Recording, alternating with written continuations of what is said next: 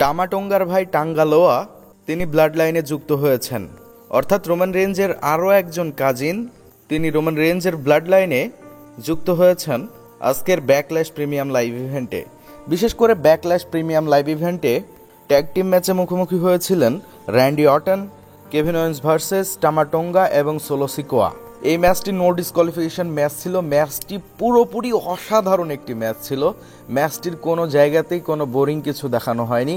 এই ম্যাচটিতে একেবারে ভরপুর অ্যাকশন দেখা গিয়েছে। এই ম্যাচটিতে সোলো সিকোয়ার পক্ষ থেকে সামন স্পাইক, কেভিন ওয়েন্সের ফিনিশার, র্যান্ডি অর্টনের আর কেউ সমস্ত কিছুই দেখা গিয়েছে। তবে একেবারে ম্যাচের শেষ পর্যায়ে যখন টামাটোঙ্গাকে ফিনিশ করে দেওয়ার পরে পিন করতে যাচ্ছিলেন কেভিন ওয়েন্স, ঠিক সে সময়ে টামাটোঙ্গার ভাই টাঙ্গালোয়া তিনি ডাব্লিউডাব্লিউইতে এন্টার করে ফেলেছেন। তিনি রেফারিকে টান মেরেছেন বাইরে থেকে।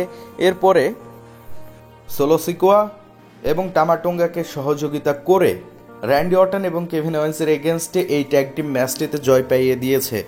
অর্থাৎ রোমান রেঞ্জের ব্লাড লাইনের নতুন আরও একজন মেম্বার তিনি যুক্ত হয়েছেন, তিনি হচ্ছেন টাঙ্গালোয়া। ধন্যবাদ।